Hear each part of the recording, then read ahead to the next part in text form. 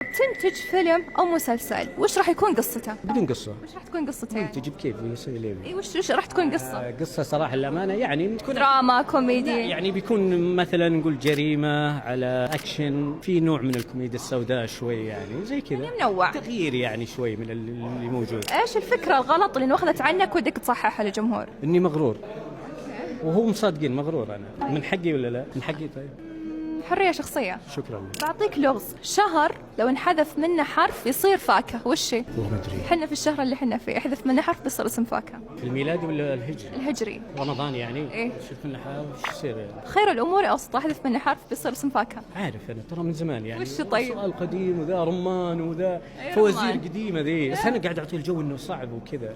شوف اللي كان جاوب من الأول، رسالة توجهها لشخص ظلمك بدون ما تقول اسمه. أول شيء الحمد لله لا يحطنا في هذه المواقف، لا نظلم أحد ولا أحد يظلمنا إن شاء الله. أنا بالنسبة لي إذا كنت ظالم أحد أتمنى أحد يسامحني من غير قصد يعني، إن شاء الله إني ما ظلمت أحد. عاد اللي ظالمني وهذا شيء يرجع له هو، أنا ما أقدر أتحكم في نوايا الناس. الغلطان كم فرصة يستاهل؟ على حسب العلاقة اللي بينك وبينه يعني، ما تقدر تقيمها، لكن الغلط وارد من أي علاقة حتى بين الزوج والزوجة والأخ، هذا موجودة الأخطاء، هو على حسب العلاقة بين الأطراف. إيش أكثر دعاء تكرره؟ اللهم لا حسد. شكرا لك. الله يخليك.